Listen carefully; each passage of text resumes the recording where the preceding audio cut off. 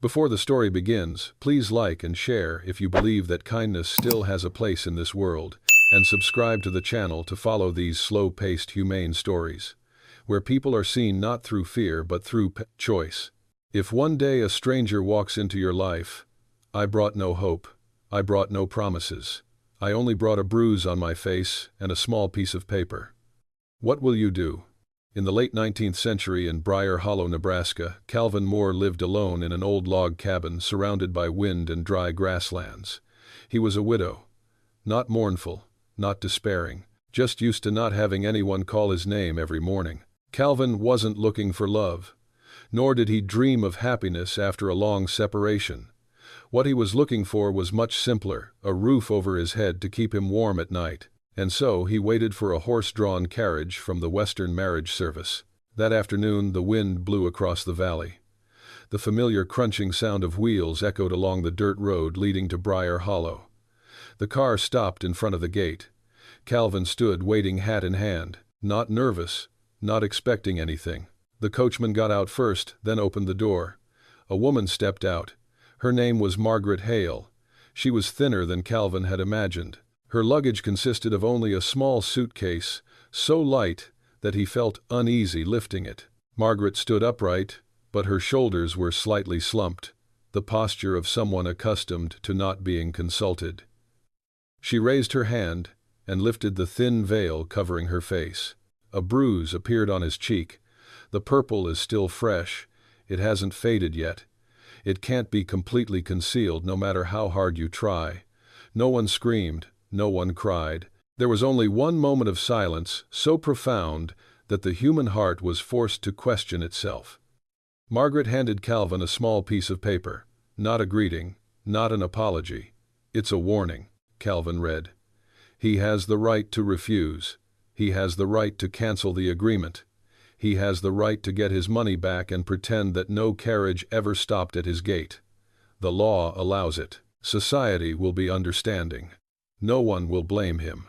But Calvin didn't look at the piece of paper for too long. He looked at Margaret.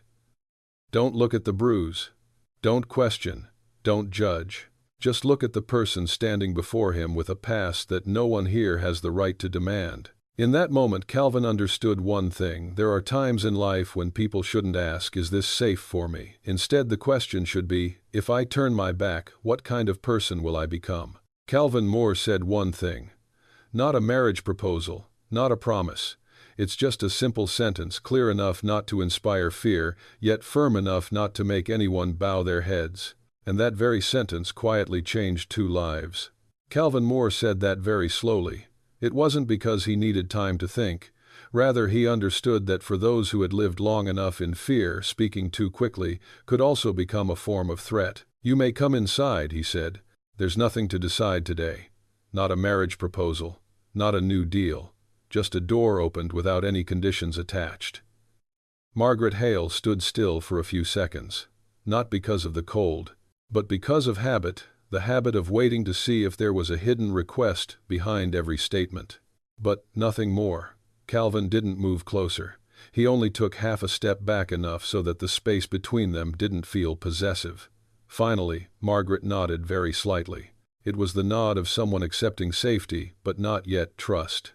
Inside Calvin Moore's log cabin, everything is so simple it's almost austere. An old wooden table, 2 chairs with uneven legs, a stove stained dark with smoke, no flowers, no superfluous decorations. But the floor was clean, the water jug was full, the towels hung neatly, still smelling of soap. Those little details weren't meant to impress. They simply said one thing very clearly here: nothing is designed to control anyone. Calvin placed Margaret's small suitcase against the wall, then stepped back. "The East Room," he said. "You can lock it from the inside." "I'm in the other room." Margaret looked at him. This time her gaze lingered a little longer. No one had ever told her that without an explanation or a subtle demanding look. "Thank you," she said softly. Her voice didn't tremble, but there was something in her tone that suggested it had been a long time since she'd said thank you in a way that wasn't meant to appease someone. The dinner was served in silence. It wasn't a tense silence, nor was it a silence because there was nothing to say. They are just two people who don't need to fill a void yet. Margaret ate slowly, taking small bites. Not because there was little food, but because of an old habit, the habit of eating quickly when unsure what the next meal would be like. Calvin didn't look at the bruise. He didn't ask. He didn't try to avoid the question. He simply ate, drank water, and let time pass as naturally as possible. Outside the window, the wind blew across the meadow. That familiar sound made the house less quiet. Night falls early in Briar Hollow. Calvin lit the oil lamp in the hallway, positioning it to provide sufficient light but not glare. "If you need it," he said, "this lamp can be left on all night. That's all. No instructions, no emphasis, no repetition." Margaret went into her room. She closed the door. Then, she locked it. The movement came naturally, not because she suspected Calvin, but because her body hadn't yet come to believe she was allowed to let her guard down. In the next room, Calvin sat down on the bed, his hands resting on his knees. He didn't feel offended, nor did he feel sad. Conversely, he understood perfectly well that if Margaret hadn't locked the door, that would have been truly worrying. That night, Margaret didn't fall asleep right away. She lay still, listening. There were no strange footsteps, no doors opening, no voices coming from behind the wall. There was only the sound of the wind, the gentle creaking of wood as the temperature changed, and a very strange feeling, the feeling of not needing to be ready to run away. She clutched the key tightly in her hand, not to use it, but to remind herself that for the first time in a long time, she had the right to keep it. The next morning, Margaret woke up before dawn. Old habits don't break easily. She sat up and listened one more time. The house remained quiet. She opened the door to her room. She went out into the hallway. In the kitchen, Calvin was awake. He was boiling water, his back turned to her. Hearing footsteps, he turned around but stopped right at the doorway. "Good morning," he said. "Did you sleep well?" No further questions, no digging deeper. Margaret nodded. "I slept well." 2 simple words, but they are the truth. The following days passed slowly. Calvin worked in the fields. Margaret stayed indoors, cleaning, doing laundry, tidying up a few little corners of the house. Whenever she wants to do something new, she asks for permission first. It wasn't because she needed to ask permission. It was because she was relearning how to trust that the answer wouldn't hurt her. Calvin always gave short answers. "Okay. No need. I'll do it." No lengthy explanations. No hidden meanings. It is this consistency that creates a rare form of security that doesn't require vows. On Tuesday afternoon, Margaret stood on the porch looking at the dirt road leading into town. She stood there for a very long time. Calvin didn't ask what she was thinking. He just placed another chair next to her. No invitation. Just a reservation. Margaret sat down. They both looked in the same direction. "Here," she said very softly, "no one asks me who I should become." Calvin nodded. He didn't respond with philosophy. "You don't have to," he said. "That's all." That night, Margaret slept a little more soundly. No dreams, no startling. In the next room, Calvin read by the light of an oil lamp, then turned off the lamp earlier than usual. The house was enveloped in a gentle darkness. It's not because there's no light. It's because there's nothing to examine. Calvin Moore didn't know what the future held. He wasn't thinking about marriage. He wasn't thinking about the distant future. He knew only one thing for sure: there are moments in life when the right thing to do isn't to do more, but to avoid causing further harm. And sometimes a man's greatest kindness lies not in what he promises, but in knowing when to stop. In Briar Hollow, there isn't much to hide. The dirt road had only one entrance. The fields stretched out so far that any change would sooner or later be noticed. Margaret Hale had been staying at Calvin Moore's house for over a week when the town started to take notice. Not with direct questions, but with longer than usual stares. Longer than necessary silences as Calvin visited the grocery store. People aren't speaking ill of you, at least not yet. But in small places like Briar Hollow, curiosity is the first form of judgment. That morning, Calvin rode his horse into town to buy salt and flour. He did everything as usual, greeted everyone, paid, no explanation. But as he turned to leave, he heard a familiar voice. "Do you have a visitor, Calvin?" "That's Mr. Baker's voice, the shop owner's. No malice, just sheer curiosity." Calvin paused. Not because of the question, but because he understood, if he answered hastily, he would answer incorrectly. Someone's staying here, he said. That's all. No additions. No subtractions. Mr. Baker nodded, but his eyes showed a hint of hesitation. I heard. She came from far away. Calvin looked straight ahead. No challenge. No defense. Near or far, he said slowly, it doesn't change the fact that she needs a home. He put on his hat and went outside. The conversation ended, but the impact lingered. In the afternoon, when Calvin returned, Margaret was hanging clothes to dry in the backyard. The wind gently stirred her dress. She appeared calm, but upon hearing the sound of horse hooves, she turned around quickly. A reflex that's hard to break. Calvin saw it, but he said nothing. He tied up the horse and carried his belongings into the house. Only when he placed the bag of flour on the table did he speak as if it were a trivial matter. I went into town today. People started asking questions. Margaret didn't go back right away. She hung up the last coat, then went back inside. What did they ask? She asked. Calvin looked at her, not scrutinizing her. Not much, but enough to know we will no longer be invisible. Margaret nodded. She had anticipated that. Where there is peace and quiet, sooner or later there will be scrutiny. That evening Margaret sat by the window for a long time. It's not because of the scenery, it's because of the road. That road could lead people here, and it could also lead them back to the past. Calvin placed the teapot on the table. He poured 2 cups. He pushed 1 cup toward her. You don't have to stay, he said. Not a suggestion, just an acknowledgement of her choice. Margaret looked at the cup of tea. Steam rose from it. I know, she said, and that's why. I'm staying. Calvin didn't answer. He understood the difference between staying because he was being held captive and staying because he was allowed to leave. In the days that followed, Margaret began going out more often. Not far, just around the farm. She learned to get used to the sunlight not shining through the glass. She learned to stand straighter when people were looking at her. Calvin didn't walk beside her. He always walked half a step behind. It wasn't about avoidance. Rather, he understood that the best protection isn't about shielding but about not making someone seem insignificant. One morning, Mrs. Hawkins, a neighbor a few fields away, came to visit. She was carrying a basket of eggs, not a gift, just an excuse. Margaret opened the door. The 2 women looked at each other, not tense, but full of scrutiny. Hello, Mrs. Hawkins said. I'm your neighbor. Margaret nodded. Hello, ma'am. Calvin stood in the kitchen. He didn't come out. He let Margaret decide how she would appear. Mrs. Hawkins glanced inside the house. Calvin is a good man, she said, but he is used to living alone. Margaret didn't argue. She simply replied, Me too. The answer was simple, but it silenced Mrs. Hawkins. After Mrs. Hawkins left, Margaret sat down in a chair. She exhaled very slowly. Did I do it right? She asked.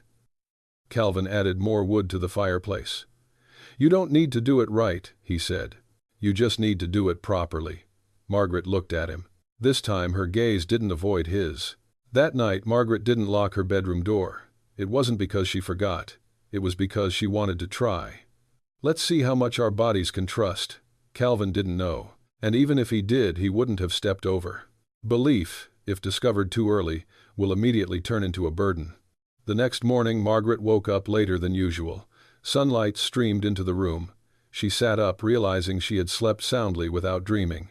In the kitchen, Calvin was repairing a chair. Hearing footsteps, he looked up. Good morning, Margaret smiled. Not wide, not long. It's just a very slight curve at the corner of the mouth. Calvin saw it and said nothing. There are things that, if named too soon, will disappear.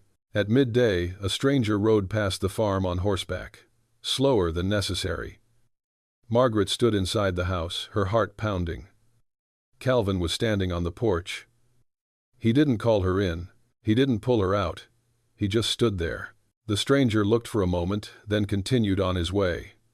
Nothing happened, but they both understood the outside world had begun to cross this line. That evening, Margaret spoke first. If one day this becomes difficult for him, Calvin interrupted. Not rudely, "Don't go ahead of me," he said. "We'll know when we need to know." Margaret nodded. For the first time, she didn't prepare a way out. Calvin Moore knew exactly what he was doing. He offered no salvation, no protection, no control. He was simply keeping this house from becoming another trap disguised as kindness. And Margaret Hale, day by day, is learning to believe that there are places that are safe not because of rules, not because of restrictions, but because there are people who know when to stand still. The past rarely arrives with noise. It doesn't need to knock. No notice needed. It just needs to be seen. That morning in Briar Hollow, the sky was clear and the wind was gentle. It was such a peaceful morning that one could easily believe everything had settled down. Calvin Moore was repairing the west fence. Margaret Hale was in the kitchen kneading dough for lunch. Every movement was familiar. No one was in a hurry. No one was avoiding anything. Until the horse stopped outside the gate. Not the neighbor's horse. Not the delivery man. He's a stranger. Margaret was the first to see it. She stood still, her hands covered in white powder, her gaze lingering for too long on the figure on horseback. The man didn't look directly at the house. He observed his surroundings as if examining a place mentioned in incomplete stories. Margaret's body reacted before she could think. Her heart raced. Her breathing became shallow. It wasn't a loud fear. It was a familiar fear, the fear of someone who had to learn to anticipate danger. Calvin heard the kitchen door open more forcefully than usual. He turned around. Margaret stood in the doorway. She said nothing, but her eyes said it all. Calvin looked outside. He didn't approach immediately. He didn't call out or ask any questions. He stood still. The stranger stopped his horse in front of the gate but did not go inside. He took off his hat, wiped the sweat from his forehead, and then spoke. "Excuse me, is this Calvin Moore's farm?" The tone wasn't harsh, not overly polite. Just the tone of an acquaintance asking a question, though I might not necessarily want to hear the answer. "Yes," Calvin replied. His voice was even. Not defensive, not overly friendly. The other man nodded. "I heard. There's a woman living here. Don't ask for names. Don't say why." Margaret stood behind Calvin. Not visible, not hiding. Calvin didn't turn to look at her. He didn't need to. "Someone's staying here," he said. "And that's enough." The stranger gave a wry smile. "Everyone in the area is talking about it." Calvin looked straight ahead. People say a lot of things. Silence lasted for a few seconds. The wind blew through the recently repaired fence. The stranger put his hat back on. "Just asking," he said. Then he turned his horse and rode away. No threats, no warnings, but they both understood that look wasn't accidental. Inside the house, Margaret sat down on a chair. Her hands were still covered in flour, but she didn't notice. Calvin placed the water in front of her. He didn't ask, "Are you all right?" He knew that question sometimes made people struggle to answer. "He didn't ask my name," Margaret said, her voice low. "Yes," Calvin replied. "And that's not a good thing." Margaret nodded. She knew. In small places, when people avoid using names, it's because they already know too much. Margaret didn't eat much that lunchtime. Not out of fear, but because an old feeling had returned, the feeling that peace could be taken away simply because someone remembered where you were. Calvin didn't nag. He cleaned the kitchen, washed the dishes. The regular movements give the house a sense of rhythm. After the meal, Margaret was the first to speak. "If this gets complicated," Calvin interrupted softly but firmly. "Don't finish that sentence," he said. "You haven't done anything wrong to deserve leaving." Margaret looked at him. This time her eyes revealed a clear conflict. "I'm not afraid for myself," she said. "I'm afraid he'll get involved." Calvin was silent for a moment. Then he said what he believed to be true. "If I had chosen silence for safety, I wouldn't have opened the door that day." Margaret bowed her head, not out of shame, but because the remark had struck at her deepest fear, the fear of becoming a burden.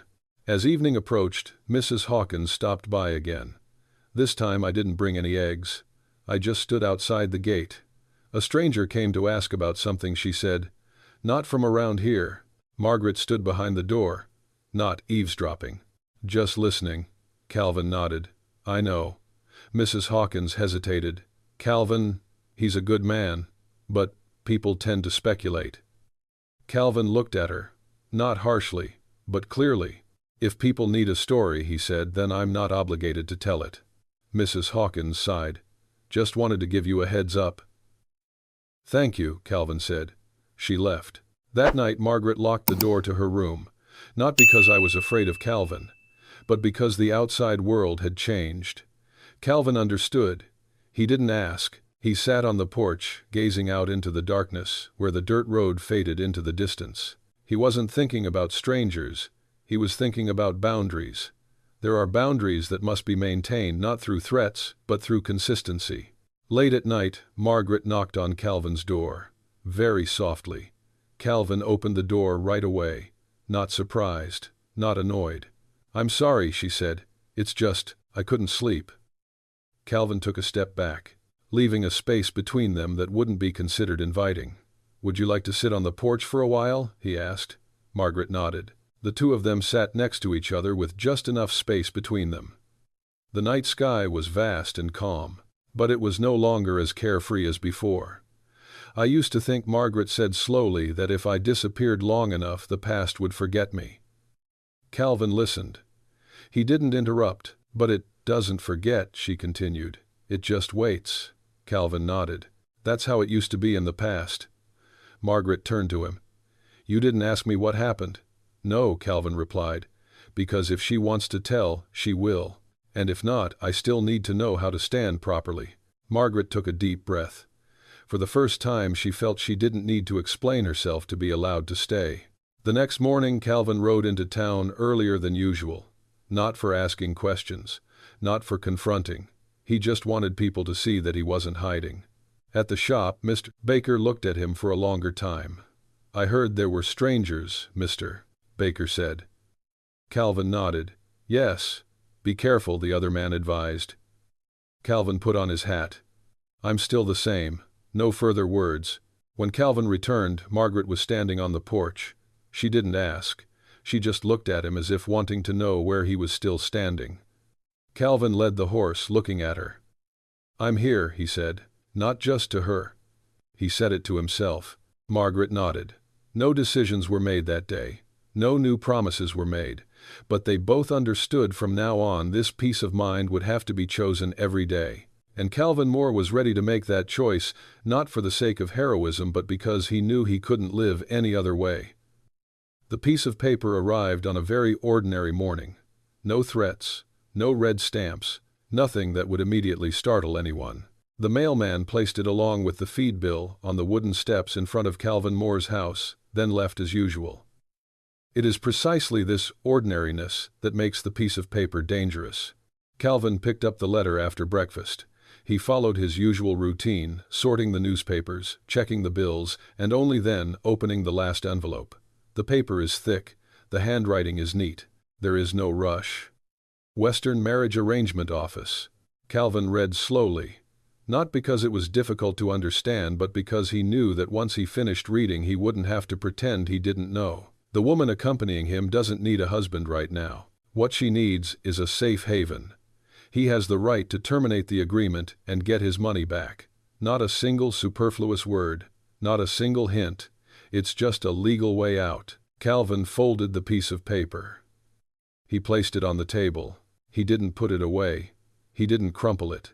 The house was so quiet that he could hear the wood creak softly under his feet. Margaret is in the garden.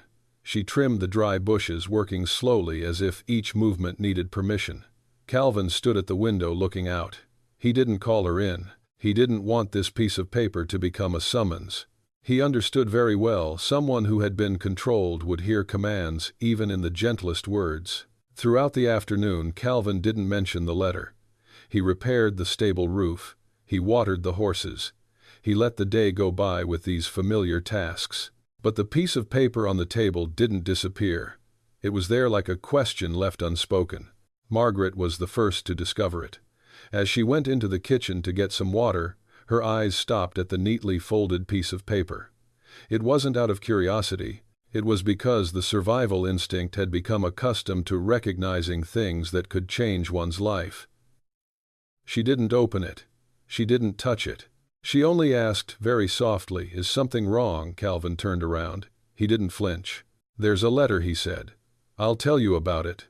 But not now." Margaret nodded. She didn't ask any further questions.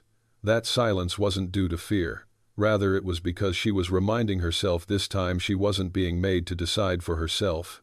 In the afternoon, a light rain began to fall. Not enough to wet the ground, but enough to make the air heavier. Calvin lit the fireplace early. Margaret sat opposite, mending the frayed seams on her dress. Those familiar movements helped her stay calm. Calvin picked up the piece of paper. He didn't reread it. He knew every line by heart. "This is from the marriage registration office," he said. His voice was even. No emphasis. Margaret put the needle down. She lifted her head. "What did they say?" Calvin placed the piece of paper in the middle of the table but didn't push it toward her. "They said she didn't need a husband right now," he said. "They said she needed a place to stay, and I have the right to cancel everything." Margaret didn't react immediately. Not angry, not sad. It was just a very quiet moment. "So, what are you planning to do?" she asked. This isn't a question of pleading. It's a question from someone who wants to know where they stand. Calvin didn't answer immediately. He looked at the fireplace. The fire burned steadily. It didn't flare up. It didn't die down. "First of all," he said slowly, "I want you to know that this letter doesn't decide anything." Margaret looked at him. "The decision is mine?" she asked. Calvin shook his head. "No," he said. "The decision is yours. The letter only gives me the right to withdraw. It doesn't give me the right to decide someone else's life." Margaret took a deep breath. It was the first time in a long time she had heard a man clearly distinguish between his own rights and the rights of others. "I can go," Margaret said. "Not a threat, just the truth." "I know," Calvin replied. "And if I stay," she continued, "people will talk." Calvin nodded. "People always say," he said, "but I don't live by their language." Margaret looked at the piece of paper on the table. "If I were to stay," she said, "I wouldn't want to because I have nowhere else to go." Calvin looked straight at her. "And I don't want you to stay because I see myself as a savior," he said. "Nobody in this house owes anyone anything." Outside, the rain is falling more steadily. Margaret stood up. She walked to the window. Before she said, "Whenever I received a note like this, I wasn't allowed to ask questions. I was just informed." Calvin stood still. "And now?" he asked. Margaret returned. "Now," she said, "I'm being asked. And that scares me even more." Calvin understood. The power of choice is always more frightening than an order. They didn't make any decisions that day. Calvin made no offer. Margaret made no promise. They only had one thing in common: this piece of paper could not be ignored. That night, Margaret locked the door to her room. It wasn't because of a lack of trust. It was because she needed a space to think without being seen. Calvin sat down in the living room. The piece of paper was still lying on the table. He didn't burn it. He didn't tear it up. He left it there as a reminder that true kindness is not afraid to be tested. Late at night, the wind grew stronger. Margaret couldn't sleep. She sat by the bed, clutching the key tightly in her hand. For the first time, she didn't think about running. She was thinking about choosing. Choose to stay, or choose to leave. Not out of fear, not out of obligation, just because it allows her to breathe more deeply. The next morning, Calvin woke up early. He cleared the table but didn't put the piece of paper away. Margaret came out, her eyes still red from lack of sleep. The two looked at each other. "Don't ask." Calvin poured the coffee. He pushed a cup towards her. "You don't need to answer today," he said. Margaret nodded. "Thank you," she replied. This time the thank you wasn't meant as a request for permission. It signifies being respected. The piece of paper was still there. But from now on it's no longer a sentence. It became a test. Not for Margaret, but for Calvin Moore. The question is whether, when faced with an easy way out, he has the steadfastness not to use it as an excuse for his own safety. Margaret Hale did not reveal the truth the following day. She needed time to make sure that her motivation wasn't fear, nor a feeling of obligation. The truth, if spoken out of fear of losing one's position, will only become another form of begging. And Margaret had prayed more than enough for a lifetime. The days following the letter passed more slowly than usual. Calvin Moore didn't ask. He didn't probe. He didn't repeat the note. He worked as before, repairing the fence, checking the well, cleaning the horse stable. That regularity wasn't an act of avoidance. It was his way of keeping the house from turning into an interrogation room. Margaret observed that. She noticed something very strange. He hadn't changed his attitude even though he knew the past might be very complicated. No one had ever given her that kind of patience, without also possessing power. One late afternoon, as the sunlight slanted down on the maple trees behind the house, Margaret took the initiative to go out onto the porch. Calvin was sharpening his axe. Hearing footsteps, he stopped. "Don't come back right away." "Are you free?" she asked. The question was perfectly normal, but for Margaret it meant much more permission to speak, not permission to stay. Calvin put down the axe. He turned around. "Yes," he said. "Can we sit out here?" Margaret nodded. The two of them sat next to each other with just enough space between them. A gentle breeze was blowing. The field was silent. Margaret didn't begin with a story. She began with a question. "If I tell you," she said slowly, "will you have to do something?" Calvin pondered. "No," he replied. "If you're going to tell me, it's so I know how to stand properly. Not so I can act on your behalf."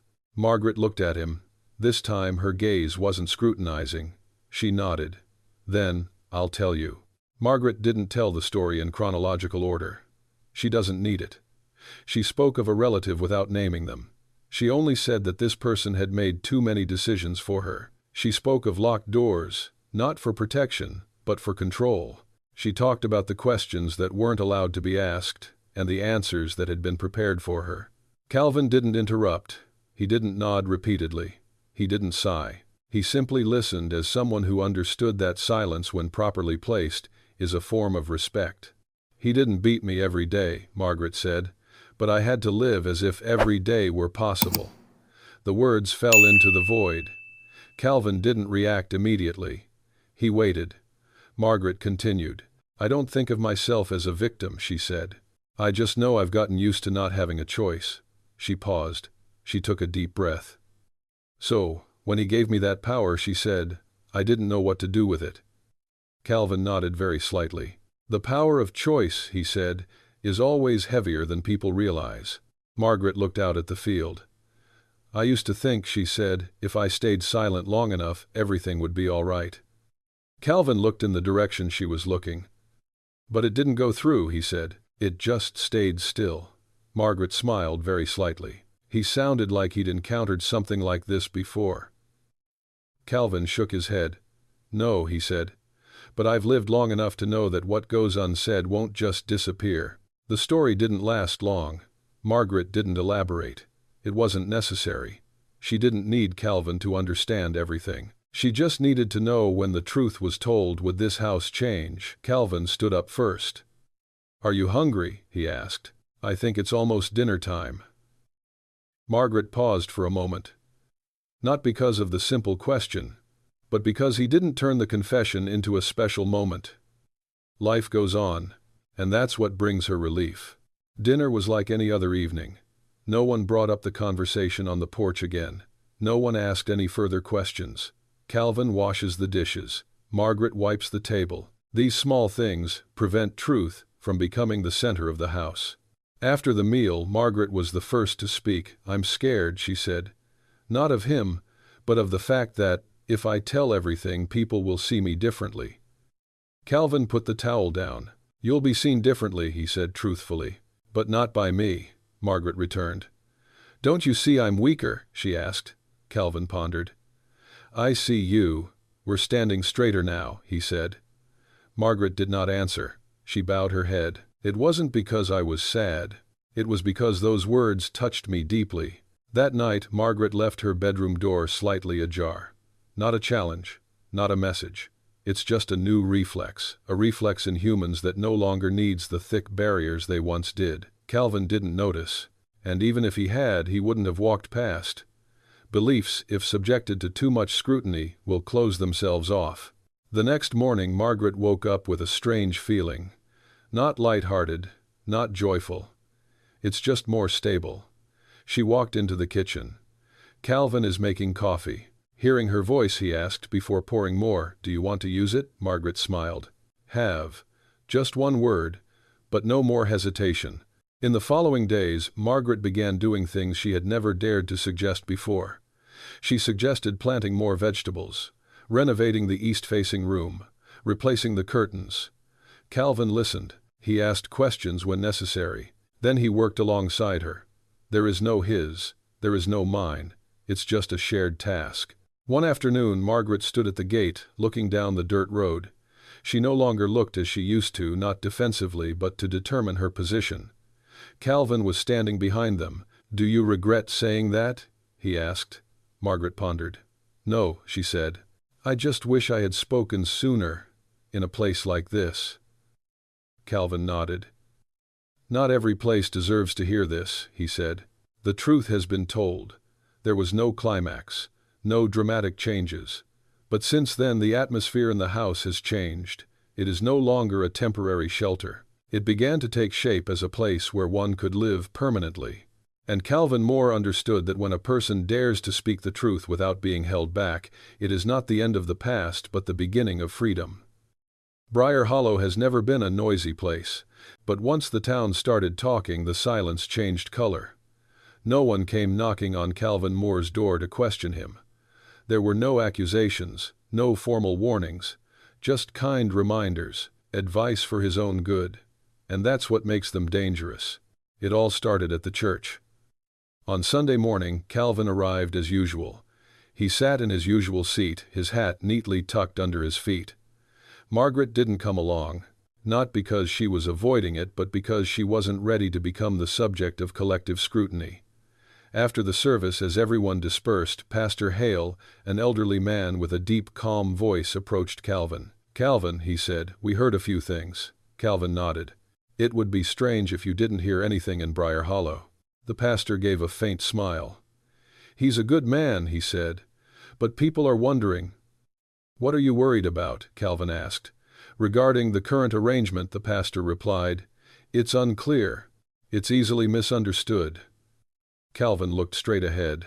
Misunderstanding for whom? The pastor paused for a moment. For the town. That sentence stayed with Calvin all the way home. For the town, as if the peace of a community had to be bought with the interpretation of a single individual. When Calvin arrived home, Margaret was cleaning the kitchen.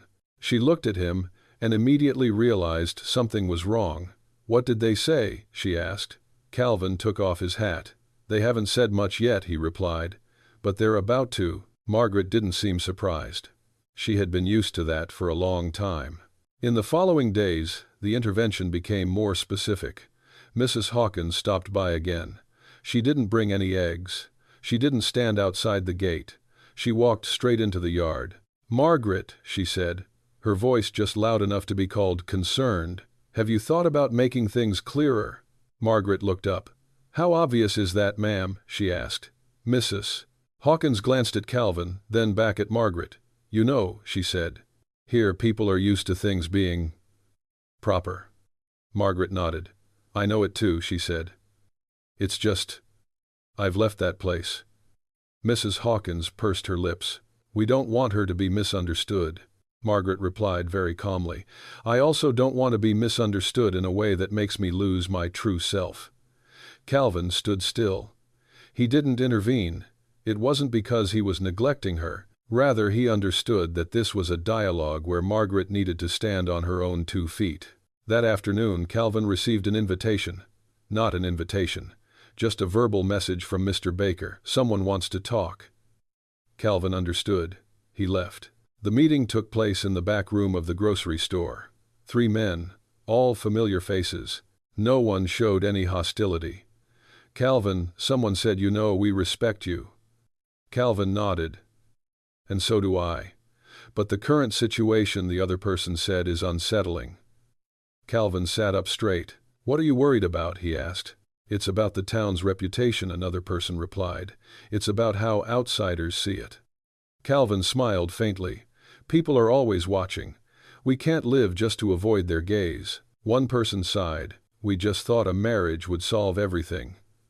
Calvin remained silent. Then he said slowly and clearly, "Whose problem is this?" No one answered. By the time Calvin got home, it was late afternoon. Margaret is mending a curtain. She looked at him but didn't ask immediately. Only when Calvin sat down did she speak. What do they want? Calvin was straightforward. They want everything. Exactly right.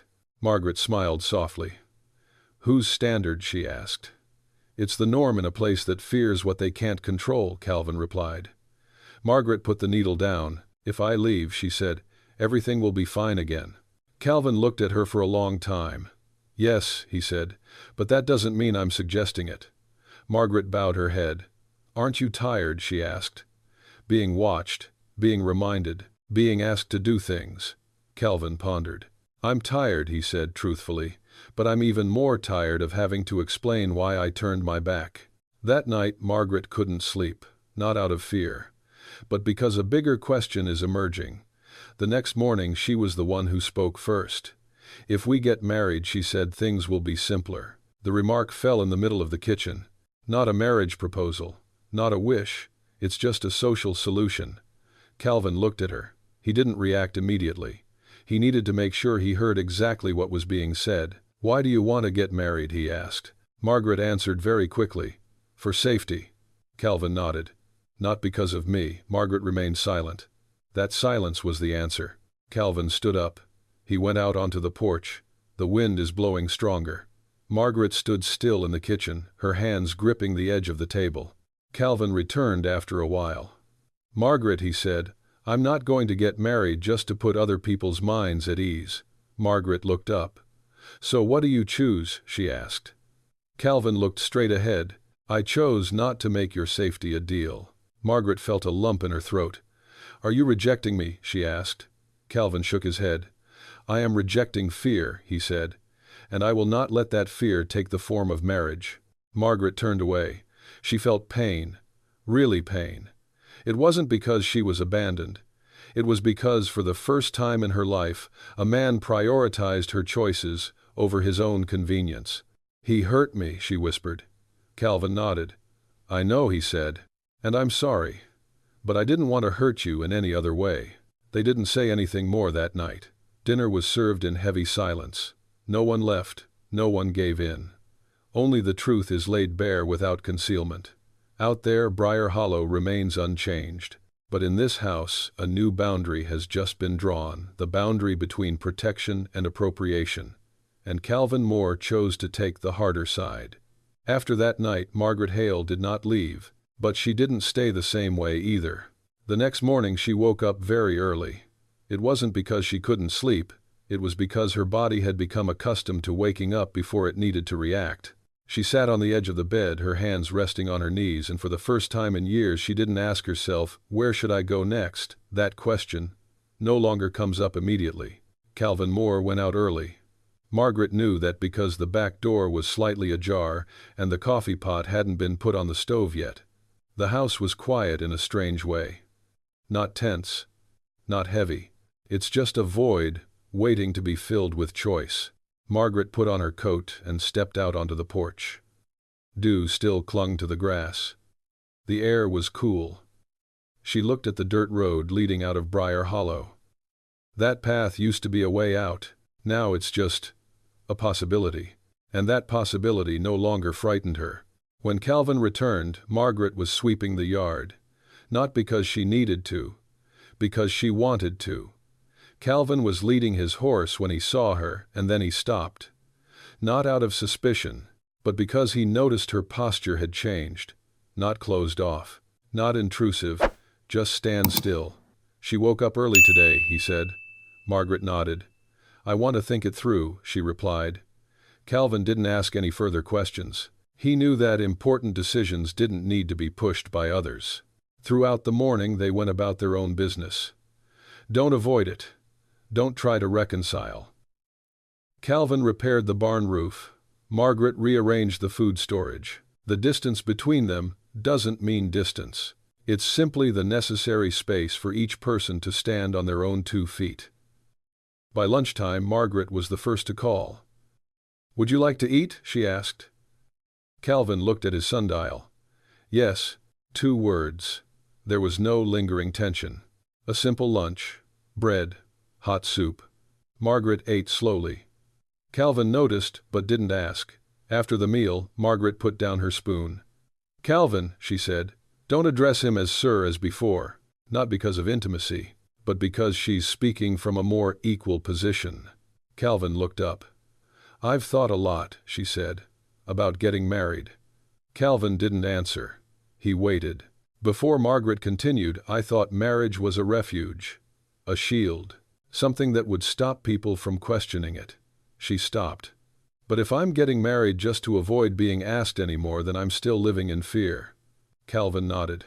"And I don't want to start anything from there." Margaret looked straight at him.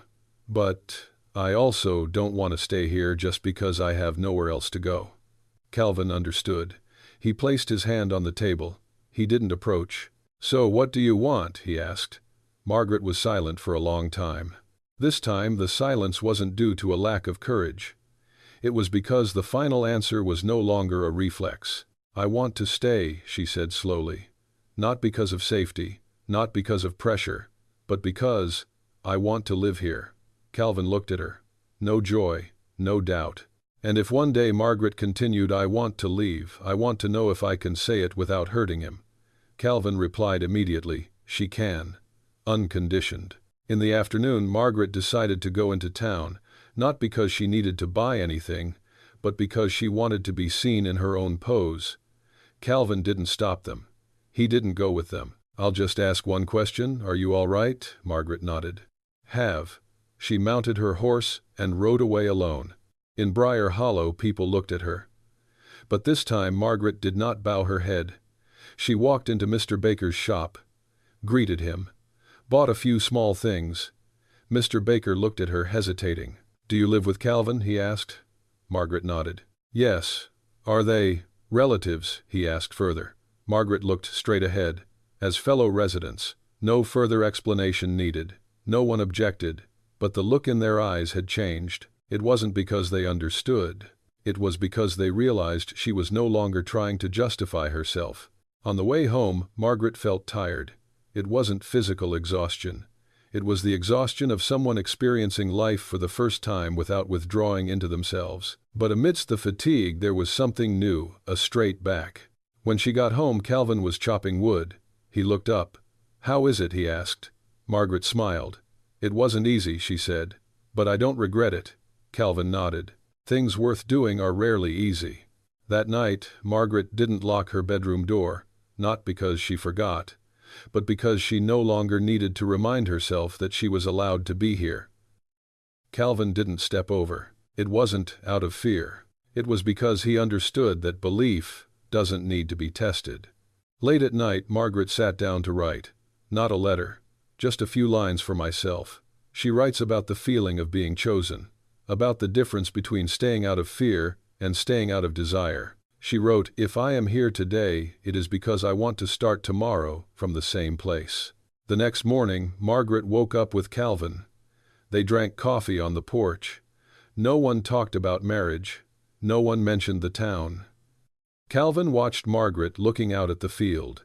"You know," he said, "there are people who go their whole lives unable to distinguish between those who stay and those who are held back." Margaret nodded. "And there are some people," she replied, "who only need one right choice to live their lives differently." Briar Hollow is still the subject of much discussion. But that's no longer the central focus. Because something more important happened in this house. Margaret Hale is no longer a fugitive, and Calvin Moore is no longer a temporary refuge. They became two people standing side by side, not for protection but because they shared the same perspective. The event did not come through violence. It came through procedure. One morning, as the sun was just setting, Calvin Moore received a message from the town. He was invited, asked to attend the afternoon community meeting. No reason given, no signature. In Briar Hollow, such invitations rarely come with good intentions. Calvin folded the piece of paper and put it in his jacket pocket. Margaret Hale was setting the table. She saw the movement. "Is something wrong?" she asked. Calvin nodded. "They want to talk." Margaret didn't ask any further questions. She understood who they were. A moment later, she was the one who spoke up. "I'll go with you." No permission, no consultation, It was just a decision stated in a normal tone of voice. Calvin looked at her. "You don't need to," he began. Margaret shook her head. "I need it," she said. "Not for you, but for myself." Calvin didn't object. He understood. If this was a test, it wasn't his. The meeting took place in the common room, a large wooden room smelling of dust and old paper. The townspeople all showed up, not a crowd but enough to form a closed circle. Calvin and Margaret entered at the same time. No holding hands. No keeping too much distance.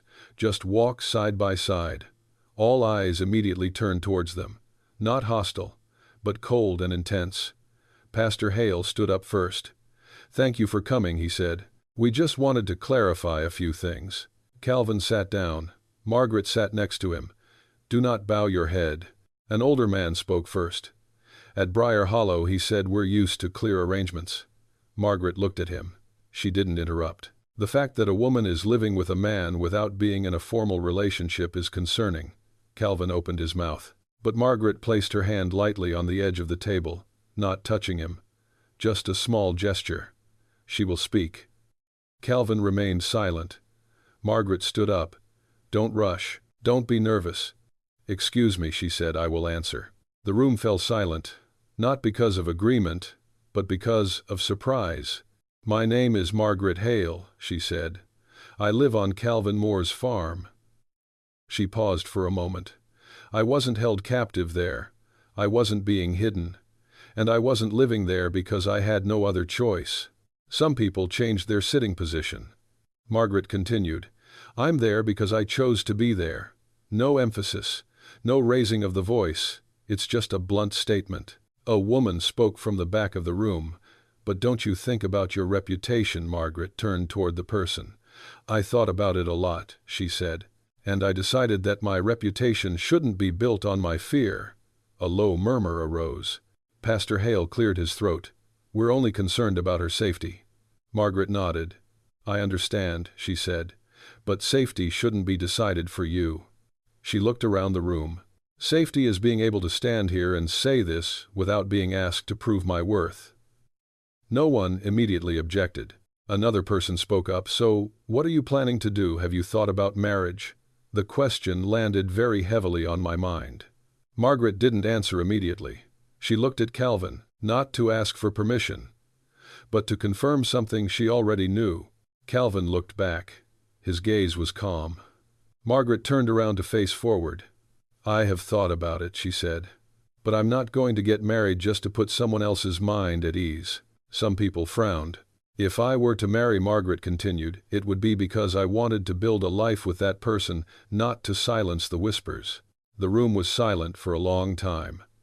No one had any further questions. It's not because they understood. It's because they had no more room to force the issue. Pastor Hale stood up. "Thank you for clarifying," he said. "We will think about it." Margaret nodded. "No need to thank me back." Calvin stood up. The two left the room in silence. Outside, the wind was blowing strongly. Margaret took a deep breath. "Not to regain composure, but to feel that I am standing tall." Calvin walked alongside her for a short distance before speaking. "You don't need to do that." Margaret smiled very slightly. "I know," she said, "but I want to." Calvin nodded. "You did a great job." Margaret looked at him. "Aren't you afraid?" she asked. "What's there to be afraid of?" Calvin replied. "I'm afraid they'll turn against him." Calvin pondered. "They could," he said, "but I don't live for the peace of mind of others." Margaret chuckled softly.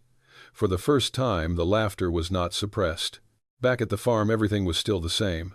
The door, the kitchen, the familiar smell of wood. But one thing was different. Margaret no longer walked in as if she were a guest. She walked in as if she belonged to her own making. In the evening, Margaret cooked, Calvin's wife. "Nobody is talking about the meeting. No need." After dinner, Margaret stood on the porch.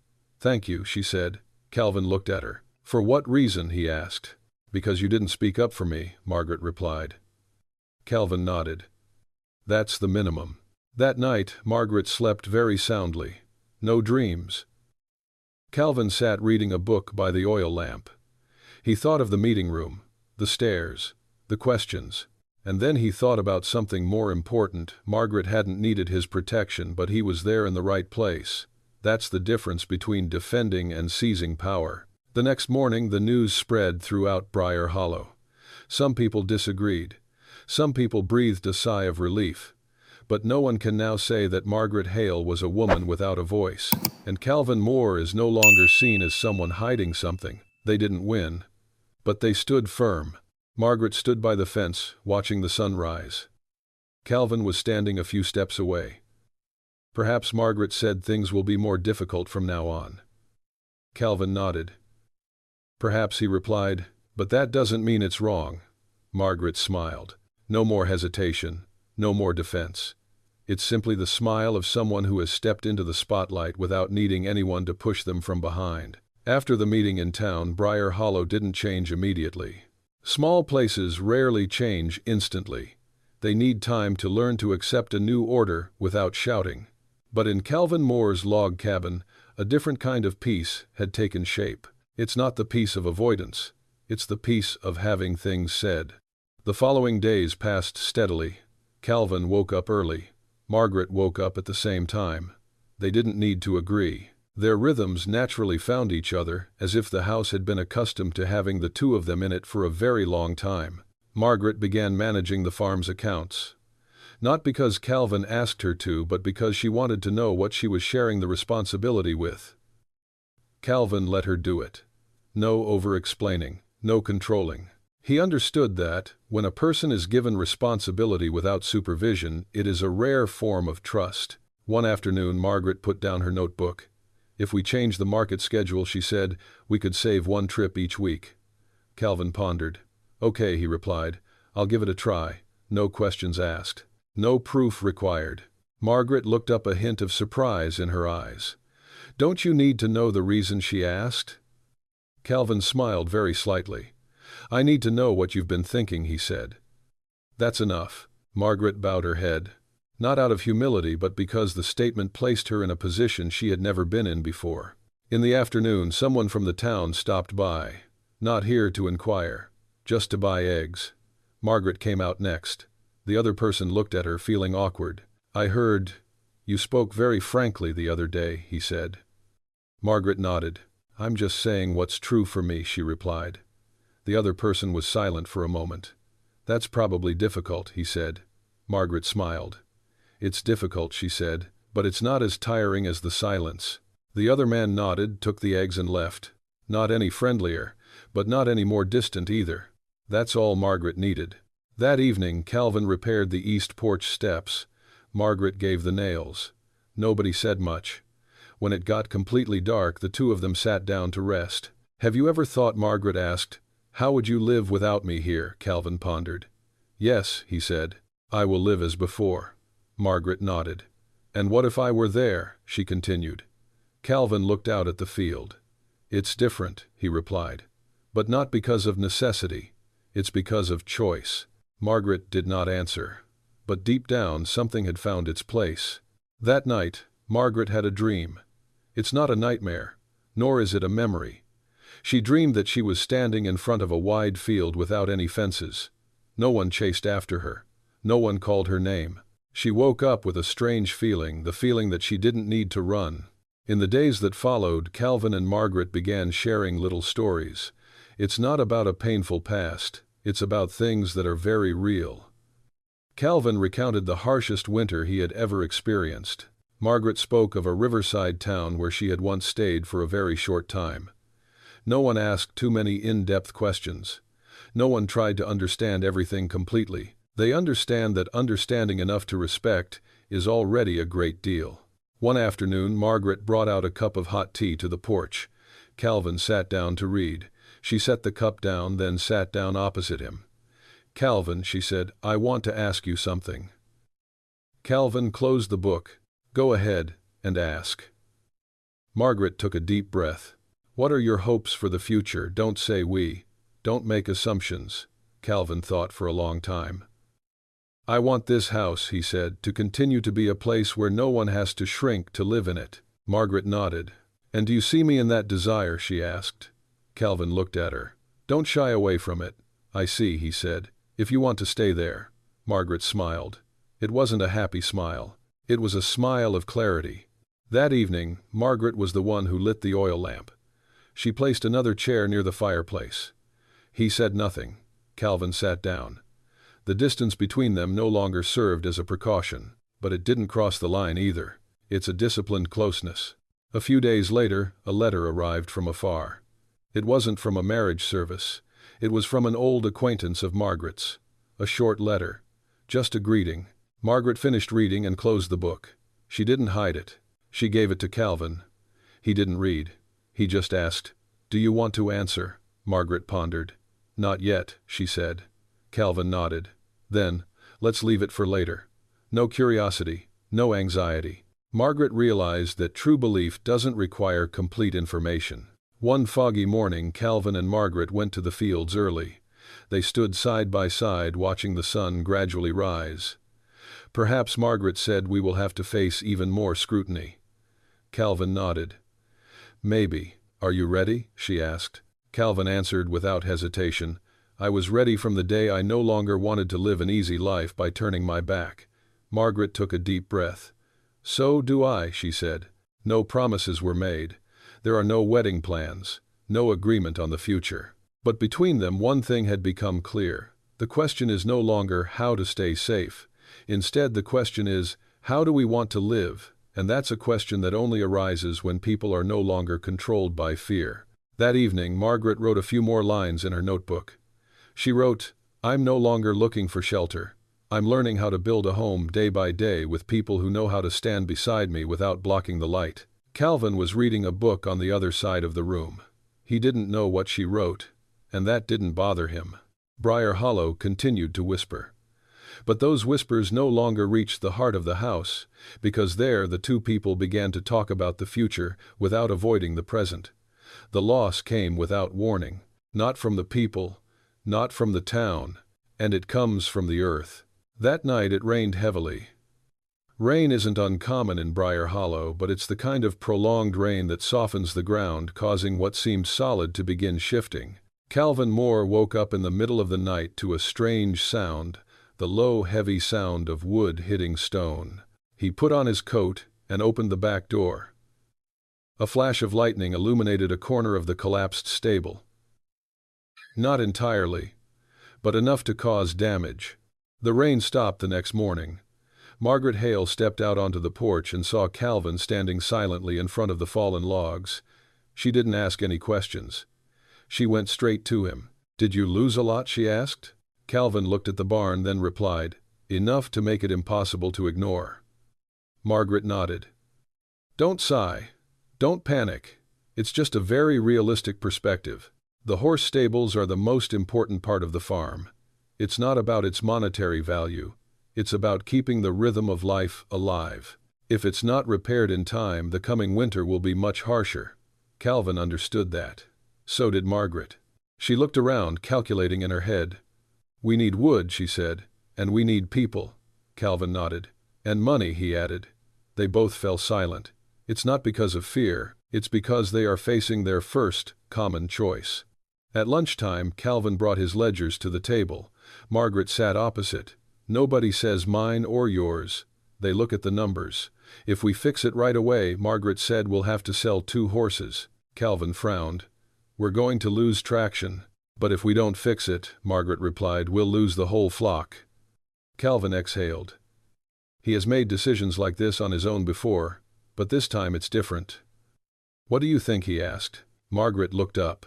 "I think," she said slowly, "we should fix it and keep the oldest horse." Calvin looked at her. "Why?" "Because it can't pull as much anymore," Margaret said, "but it knows the way. And it will help us when we need to lead the herd." Calvin thought for a long time. Then he nodded. "Okay." No hesitation. No arguing. In the afternoon, Calvin went into town. Not to ask for help, to buy wood and inquire about hiring workers. Margaret stayed. She tidied up the storage room, organized the tools, and prepared for repairs. No one asked her to do it. But Calvin knew, and Margaret knew too, that this was no longer just one person's problem. News about the stables spread quickly. In Briar Hollow, loss is something that easily sparks new conversations. A few people stopped by. not as curious as before. "Just asking. Do you need help?" Margaret answered on Calvin's behalf. "Yes," she said, "if you have the time. No begging, no avoiding." A man nodded. "Tomorrow afternoon." Another person felt the same way. No need for many words. When Calvin returned, he found Margaret talking to two neighbors. He stopped. "Don't interfere." Margaret saw him but didn't stop. She stated clearly when to do it, what was needed, and how much would be paid. Calvin realized something while watching from a distance. Margaret is not representing him. She is representing her own decision. That evening the two of them ate late, tired. "But it's not too heavy. You don't have to do that," Calvin said. Margaret set the bowl down. "I know," she replied, "but I want to." Calvin nodded. "Thank you," he said. "This isn't just polite talk. It's an acknowledgement." The stables were repaired in the following days. New timber, reinforced foundation. Margaret worked alongside everyone. "Don't stand there pointing. Don't retreat inside the house." She carries water, holds the equipment, takes notes. Calvin did the hardest work. No showing off strength, no feigning self-sacrifice. They worked side by side as if they had long been accustomed to sharing the burden. One afternoon during a break, a neighbor whispered to Calvin, "He has a good life partner." Calvin looked over at Margaret. She was smiling at someone, her hands covered in wood dust. "She's not my partner," Calvin said. The other person was surprised. "Not yet," Calvin added, "but she's the one I chose to stand with." The other person nodded. They didn't ask any further questions. Late in the afternoon, a heavy piece of wood slipped from my hands. Margaret reacted quickly, pulling someone out just in time. No one was injured, but her heart was pounding. Calvin walked over. "Are you all right?" he asked. Margaret nodded. "Fine," but her voice trembled slightly. Calvin didn't touch her. He just stood closer. That distance was enough to say, "He's here." That night, Margaret couldn't fall asleep right away. Not out of fear, but because of a new way of thinking. She realized that when real danger arose, she hadn't thought about running away. She thought about keeping it. Keep other people safe. Keep work going. Keep what's being built going. And that surprised her. The next morning, the stable was finished. Not perfect, but solid. Everyone left. Margaret and Calvin stopped. "Take a look at the new building." "We did it," Margaret said. Calvin nodded. Together he replied, "No exaggeration, no boasting. It's just a fact." In the evening, Margaret sat on the porch, a cup of tea in her hand. Calvin sat opposite. "Calvin," she said, "that day, even if you had told me not to get involved, I would still have helped." Calvin smiled slightly. "I know," he said, "and that's why I didn't stop him." Margaret looked at him. "Are you afraid of losing me?" she asked. Calvin pondered. "I'm afraid," he said truthfully, "but I'm even more afraid of keeping you here with that fear." Margaret nodded. The wind blows across the field. The stable stands firm. It's not just because the wood is new, because the people who built it chose to stand on the same side when something was truly threatened. Not out of obligation, not out of fear, because they had begun to see the other person's losses as their own. Margaret looked at the house. "Perhaps," she said, "this is the first time I haven't been afraid of loss." Calvin looked at her. "It's not because you have nothing to lose," he said, "but because you know you're not alone in losing." Margaret smiled. Not flashy, but solid. After the stables were repaired, life in Briar Hollow seemed to settle down. No new events, no fierce whispers. The days simply passed steadily, as if the land had accepted a new order without needing to announce it. But in Calvin Moore's log cabin, a quiet question began to take shape. This isn't a question about marriage. This isn't a question about town. But it's a simpler question, and also a much harder one to answer. Where are we going? Margaret Hale realized this one very ordinary morning. She stood in the kitchen, counting the remaining bags of flour and making a note in her notebook. Familiar movements, unthinking. But as she stopped writing, she suddenly realized she is taking notes for next winter. Not for a few weeks, not for a month, but for a long period of time. That thought made her hand stop in midair. Not afraid, just surprised. Calvin walked into the kitchen at that moment. He saw Margaret standing still, the notebook open in front of her. "Is anything missing?" he asked. Margaret returned. "No," she said. "I was just thinking." Calvin nodded. He didn't ask what I thought. But Margaret continued as if she herself needed to hear her question spoken aloud.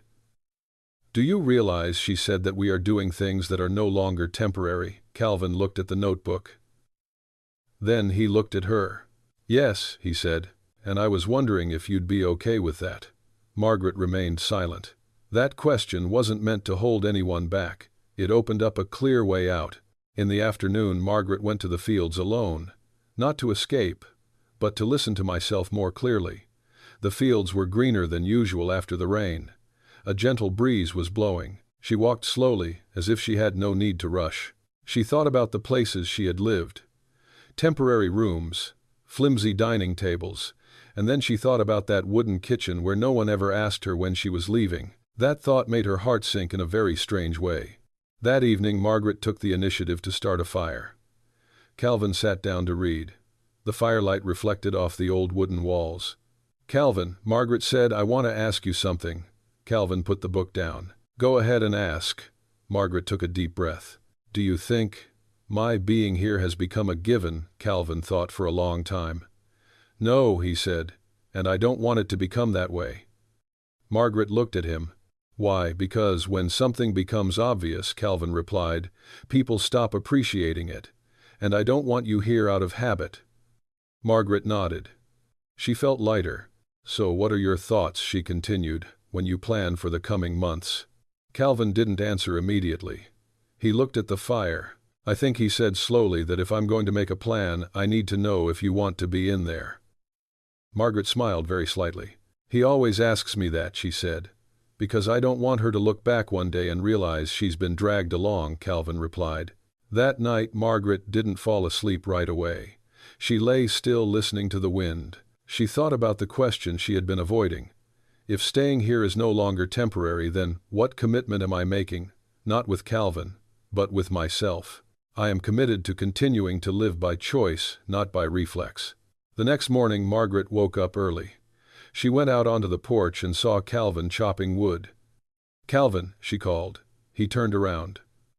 "I want to say something," she said. Calvin stopped what he was doing. "Go ahead and tell me." Margaret stood upright. "I no longer see being here as temporary," she said, "but I also don't want it to become something I'm drifting along with." Calvin looked at her without interrupting. "If I stay," Margaret continued, "I want to know that I'm choosing a life, not just a place." Calvin nodded. "So we need to define what that life is," he said. "Don't evade the question. Don't change the subject." They sat down on the porch. "Not closer than usual, not further. For me," Calvin said, "that life is about doing good work, not hiding anything, and not forcing anyone to shrink to be with me." Margaret listened. "And what about you?" Calvin asked. Margaret pondered. "For me," she said, "it's about being involved, being wrong, being able to leave if necessary, without being seen as betrayal." Calvin nodded. "That's fair," he said. In the afternoon, they inspected the food warehouse together. Margaret took notes. Calvin did the calculations. No one is giving orders to anyone. Their collaboration felt as if they had been familiar with each other's roles for a long time. But this time, Margaret realized something different. She no longer works to prove that she deserves it.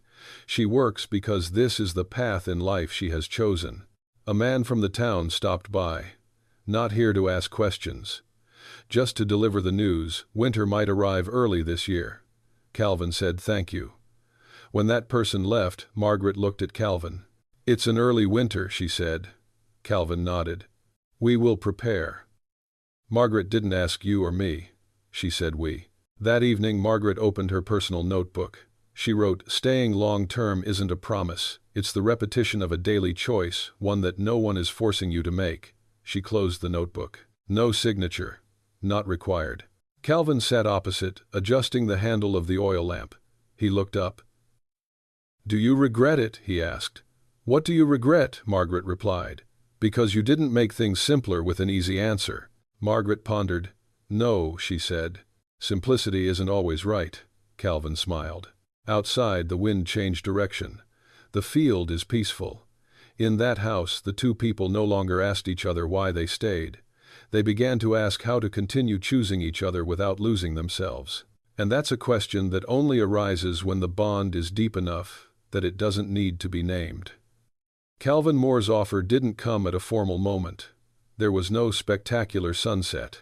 There was no orchestrated silence. It arrived on an ordinary morning when the wind carried the scent of dry grass and autumn was beginning to reveal itself in the colors of the leaves. Calvin stood in front of the barn counting the sacks of rice. Margaret Hale stood beside him taking notes as usual. Familiar work, no one is in a hurry. After finishing his inspection, Calvin closed the warehouse door. He stood still for a moment as if considering something he couldn't say right away. "Margaret," he said. She looked up. "What's wrong?" she asked. Calvin didn't answer immediately. He looked out at the field, then spoke slowly, very slowly. "I'm thinking about next winter." Margaret nodded. "We have begun preparing," she said. "Not just in winter," Calvin continued, "but in the years to come." Margaret stopped writing, not out of fear, but because she understood this was no longer just a statement about work. Calvin turned around and faced her. "Margaret," he said, "I want to ask you something. Not to decide right away, not to answer today." He paused to make sure each word was in the right place. "If you're going to stay here long term," Calvin said, "I want you to be here as a co-builder, not a maid, not a lodger." Margaret looked at him. Her heart was beating slowly, not rapidly. "What are you talking about?" she asked. Calvin took a deep breath. "I want to share the decision-making power," he said. "Not just in small things, but in the things that make up life." Not a word was spoken about marriage. No promises of lifelong commitment. It's simply an invitation grounded in responsibility. Margaret didn't answer immediately. She put the notebook down.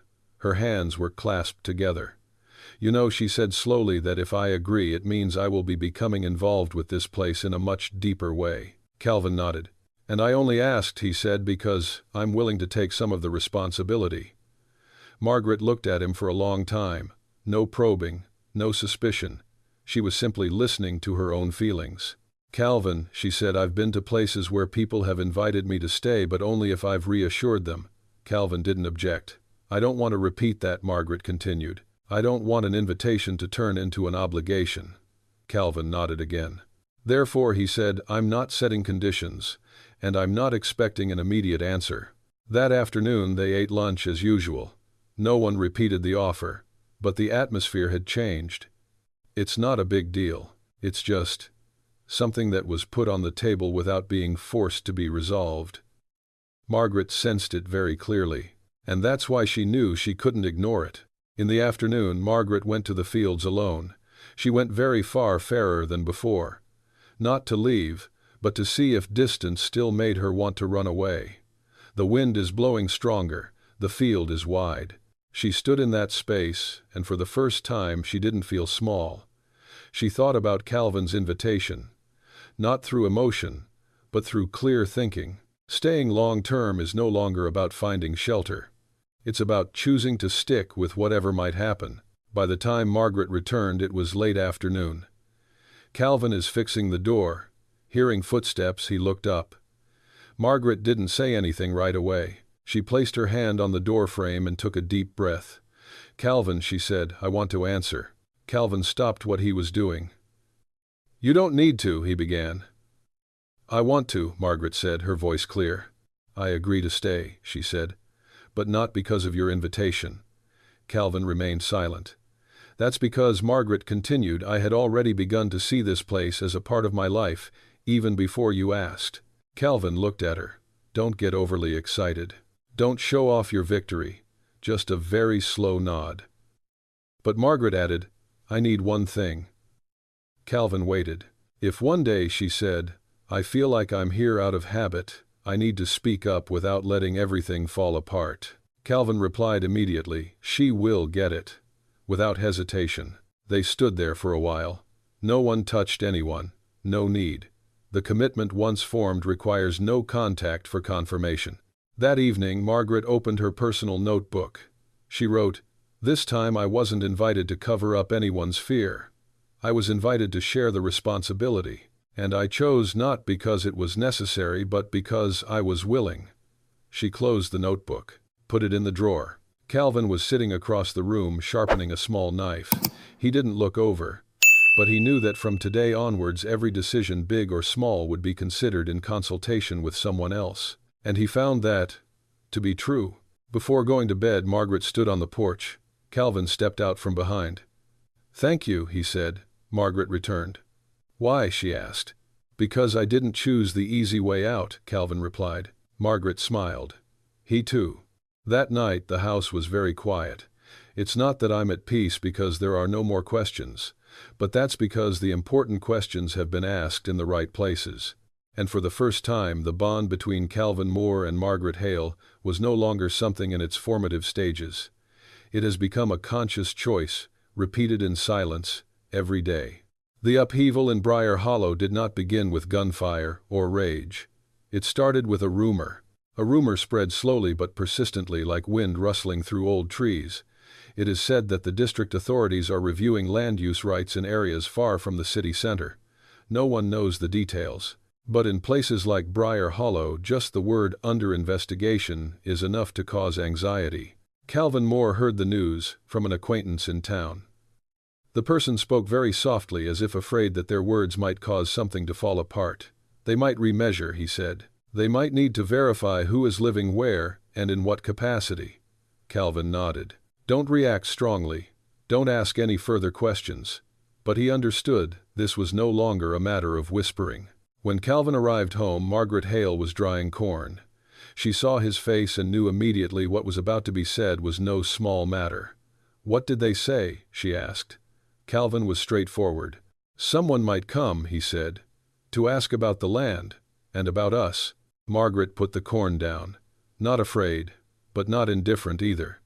"So," she said slowly, "we can't just do our own thing anymore." Calvin nodded. "No," he said. "This time silence will be interpreted as avoidance." That evening the two of them sat at a wooden table. The oil lamp burned slowly. No one ate in a hurry. Margaret said, "If they come, what will you say?" Calvin pondered. "I'll tell you the truth," he replied, "that you live here because you chose to."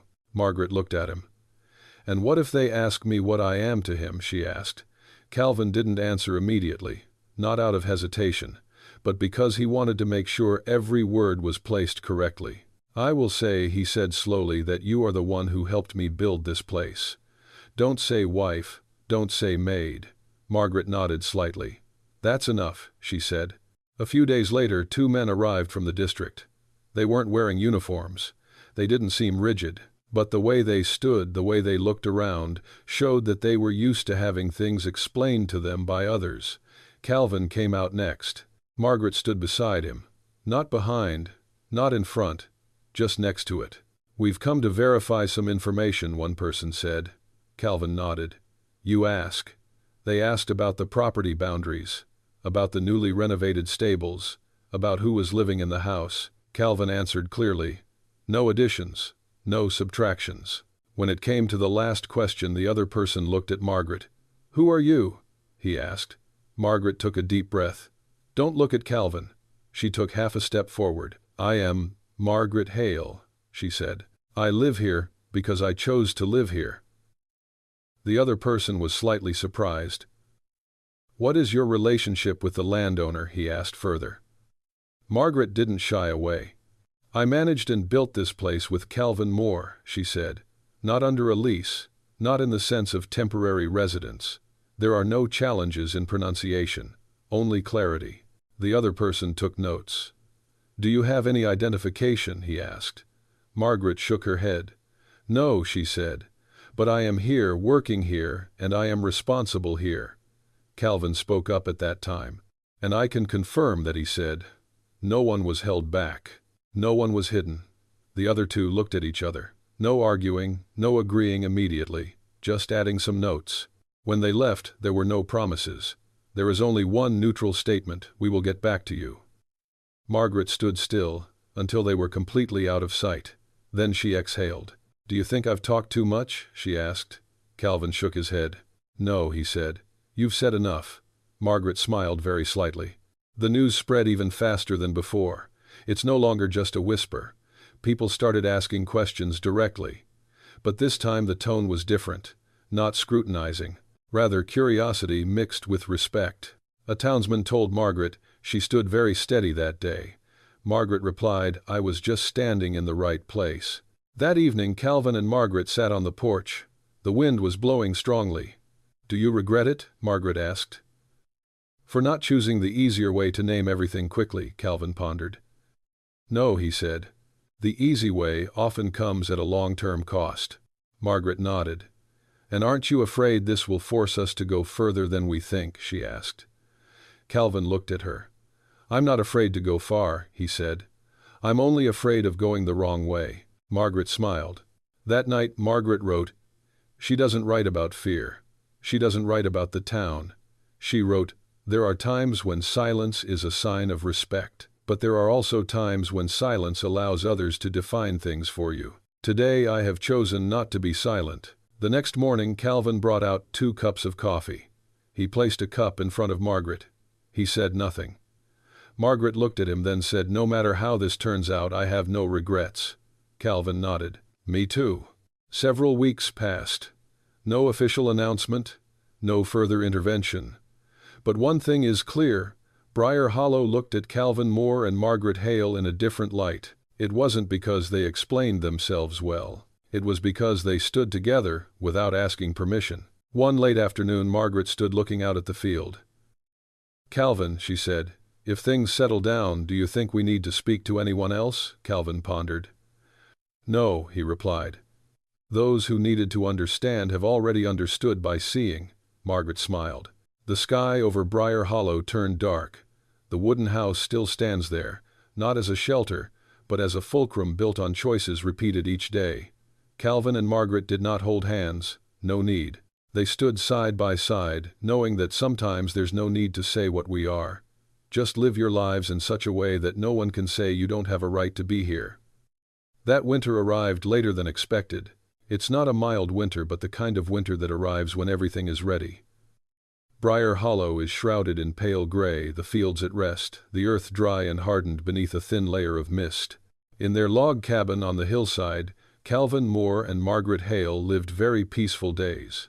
No new developments, no significant whispers. And it is precisely that normalcy that makes it the rarest thing. Margaret realized this one morning while she was standing by the stove and suddenly thought, "I've stopped counting the days." Don't count the days until you leave. Don't count the days waiting for something to happen. Just live. That thought made her stop what she was doing and gaze at the fire for a long time. No emotion, no surprise, just a confirmation. Calvin walked into the kitchen and placed 2 cups of coffee on the table. "It's getting colder," he said. Margaret nodded. "But it's all right," she replied. 2 short sentences, no need for more. After breakfast, Calvin put on his coat. "I'm going to the barn," he said. Margaret replied, "I'll fix the curtains." No questions asked, no assignments given. Everything unfolded as if it had always been that way. At noon, someone from the town stopped by. They brought no news, only bread. "For 2 people," she said. "It's cold, eat something to warm yourself up." Margaret thanked him. Calvin nodded.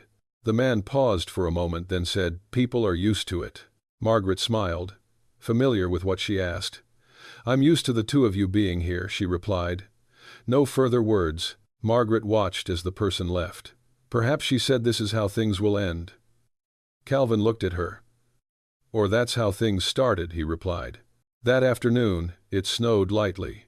Not thick enough, just enough to cover the walkway in white. Margaret stood on the porch, holding out her hand to catch the first snowflakes of the season. Calvin was standing behind them. "Margaret," he said, "I want to ask you one more thing." Margaret returned. "Go ahead and ask." Calvin wasn't in a hurry. "Now," he said slowly, "when there is no more pressure, no more events, nothing left to prove." He paused. "Would you like to give what we are living in a place like this a name?" Margaret looked at him for a long time. No confusion, no awkwardness, just a thought. "Calvin," she said. "I used to be afraid of the name. Marriage, commitment, commitment." She took a deep breath. Because each of those names was once used to try and keep me here. Calvin nodded. He didn't interrupt. But now, Margaret continued, I'm no longer afraid. She looked straight at him. Not because I'm certain everything will be easy. Because I know, she said, if things ever get tough, I'll still be here by my own choice. Calvin didn't answer immediately. He looked at the snow-covered field, then turned back.